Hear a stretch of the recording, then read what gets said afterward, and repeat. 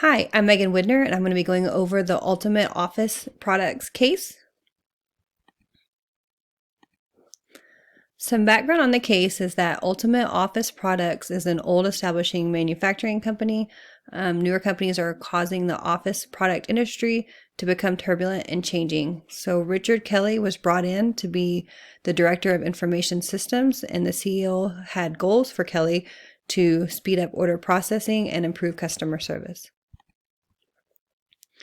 So Richard Kelly's first attempt to initiate change, his actions were he ordered a new processing system. Then he experienced internal problems with change and implementation. And so then he decided to try a new approach and plan.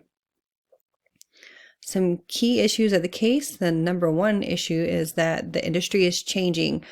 There's discount merchandisers and office product superstores that are alternating the distribution channels that were once dominated by wholesalers and small retail stores. So there's a cause of a need to upgrade customer service expectations to be more technologies favored. And then the new companies are also willing to cut prices, and they're using technologies such as electronic orders and billing that's making it easier for customers. And then UOP, because of this, is losing market share and their profits are declining. So the second issue is they've received the software, but the software that's intended to automate the customers to make electronic orders, it's not set up. So they're not using it. And then the software packages and the new computer workstations that they've purchased, they're still waiting to be used.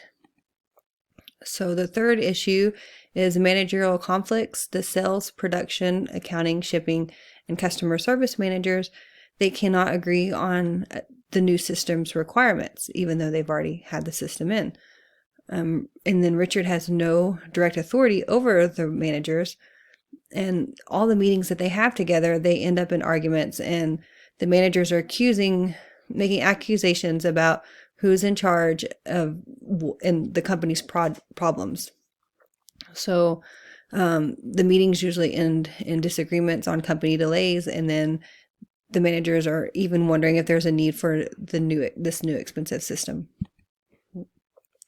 So the CEO realized that this was not working, and she told Richard Kelly that he needed to find a new way to implement the change.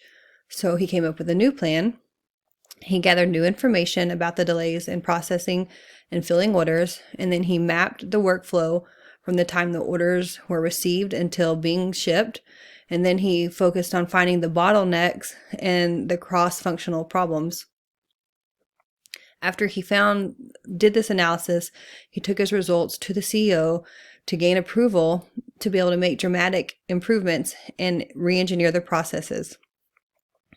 After he did this, the next step was that he included the department managers to create multiple cross-functional task force and to hire outside consultants to advise the task force work. So then in comes the task force. Their structures and responsibilities were two main ones. The first one is each task force examined a different aspect of the problem, and they had to analyze the process. Then they were required to meet with key customers and learn, well, what is it that the customer is wanting and how do we work with them? And so also they were required to visit other companies and learn, well, how are they doing their processes? And how is it more efficient than what we're doing? And then also they were required to find solutions, and they found new ways to improve efficiency and customer service. And then they were required to make those recommendations to the steering committee, which was composed of Richard and the department managers. The CEO attended the meetings, but only was there to support the committee recommendations and to know what was going on. So then we have the outcome, and that's having multiple task forces, even though only one would have worked. But it helped Kelly involve more people in the change process so that they would understand and support what was the changes that were being made. In doing so, as people worked together, they started to realize how serious their problems were. And within a year, the customer eliminated many steps in processing the orders. And then the average number of days was reduced by nearly half of what it took to process the orders.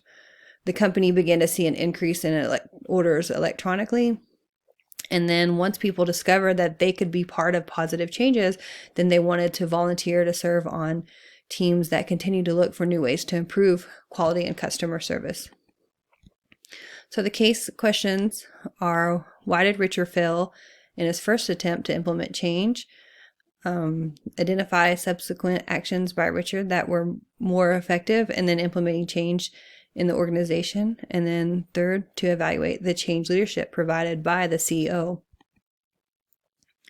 So question 1, the response is, the use of the 5 skills for leading positive change. In order to create the positive change, you must first establish a positive climate, create readiness, articulate your vision, generate commitment, and then foster sustainability.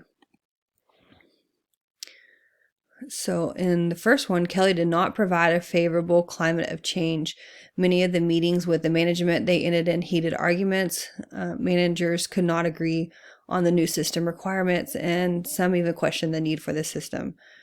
Kelly did not create readiness and signify a positive change or provided any benchmarks for best practices of the improvement standards. So he basically didn't even have an implementation plan set forth, which really just caused confusion. And then Kelly did not articulate a vision, as management did not understand the overall plan. They didn't understand the need for it, and they didn't understand the outcome of what was going to be helpful to the company. And so the values, the future identities, the optimization, and he didn't share a glimpse of the opportunities with others. Kelly also failed to generate a commitment to the vision. The case never stated a framework in the first initial change attempt of the group meetings, and it failed to communicate a vision of steps to follow in implementing the change. So basically, it didn't really say the plan that he had. It just said that the managers couldn't agree. So it sounds like he kind of gave the decision to all the managers on how to implement it, and then they couldn't agree how to do it. So there was really no structure. And then therefore no one was committed to the vision, and no one knew what was going on. And lastly, as none of the previous steps were successful used to implement change, Kelly could not foster sustainable change. Question 2 is, identify subsequent actions by Richard that were more effective for implementing change in the organization. So this is just basically reiterating what was said earlier on what he did. The second time around, he decided that he needed to maybe analyze what was going on in depth. And so he gathered new information about, well, what are causing the delays in this process and filling these orders. And then also he just wanted a more in-depth analysis. After he gathered the information, he was able to map the workflow from the orders when they were received until shipping, and just get just a broader view of the overall system and how it worked. And then because he did this, he was able to identify, well, here's the bottlenecks that are causing these problems. And they weren't always within one department. So they were cross-functional problems that needed an overview. So then again, he went to the CEO, showed her the plans of what he found. He showed her the problems that he found, the bottlenecks, and then showed his plans to make these improvements and re-engineer the process. Once he did get her support, he was able to go forward and talk to the department managers, which is number 5, to create these task force and they also hired an outside consultant to advise the task force work. And then in creating multiple task force, more people were aware of the problems, and then management assigned employees they trusted to help with the tasks from their departments. And then by doing this, he delegated and empowered the task force to become involved and create positive solutions that everyone is aware of and are communicated in the meetings. So then question 3 is we're to evaluate the change leadership provided by the CEO. So the CEO, first off, she met with Kelly. She created this new position for Director of Information Systems specifically to make these improvements that the company needed, the technology transition, And so she began first off by just clearly defining his responsibilities. And then the CEO also empowered Kelly by using the core dimensions of self-determination by giving him autonomy over his job, so that way he can work to solve these complex problems in order to speed up the processing and improve customer service. And then secondly, after his original plan failed, the CEO empowered Richard through the core empowerment dimension self-efficacy by verbal persuasion, and he stated that she expected him to find a way to resolve these new challenges and problems. And then studies show that the Pyramidalian effect of verbally convincing people, just verbally saying things that will boost their self-efficacy, basically, like, you're capable of handling this and you can do this. So question 3 is, in order to prevent groupthink, an outside consultant was used to advise the task force. So Kelly, under the recommendations from the department managers, set up these task force, and therefore the case states that when one department managers opposed a change, everyone would look to the CEO during these meetings, who she made it very clear that she was there to just support, that she supported the task force recommendations. So she wasn't going to impose her decision on what was to be done.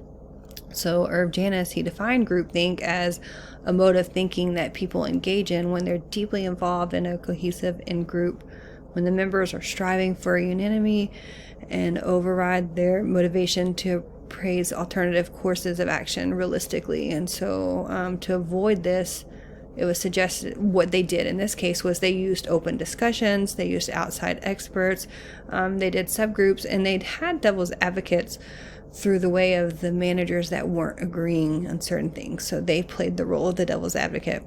So one context for groupthink is when the leader gives their opinion on a matter early, and then others are afraid to go against it. So in this case, the CEO clarifies that she's not going to use her input and that she's going to trust the task force. So therefore, the CEO helps Richard Kelly identify the complex situation. She did not overwhelm him with the information, but made her expectations clear and concise initially when the first plan went wrong, and then during the change meetings that they held afterwards. She supported Kelly's second plan and kept out of his way to help create that change. She attended all the task force meetings, so she knew what was going on and she was involved, but she kept quiet to prevent the groupthink, and she also was supportive of these changes and of the task force. And then lastly, she helped unlock human potential by delegating what needed to be done and empowered her employees to accomplish tasks independently without intervening to help stabilize the organization and the changes that they were looking forward to make. And it's also stated in the book that to be a positive change leader, you don't have to be the CEO. So Richard was basically, and it's a temporary position because he had to come in and just restructure. So that was a temporarily restructure. And then they are on their way to stabilizing, which goes to the unfreezing, change, and freezing. This is just a little more in depth on that process. So in conclusion, in order to survive a changing industry environment and adapt to modern technologies, Richard Kelly was given the task to fixing bottlenecks of the ultimate office products by creating positive change in order processing and customer services. After the first failed change implementation, Kelly came up with new plans of using better change management through collaboration with other management departments. He created these task force to help people get involved and to help everyone become aware of the problems. Like, these are problems and they do need to be solved, and they did need everyone's help in fixing them. And then they also hired an outside consultant to help assist with the positive changes that were needed, and also reinforced to prevent groupthink. And then the CEO, in return, also empowered Kelly to complete his task in using the core dimensions of self-determination and self-efficacy. So just, here's the references. Thank you so much.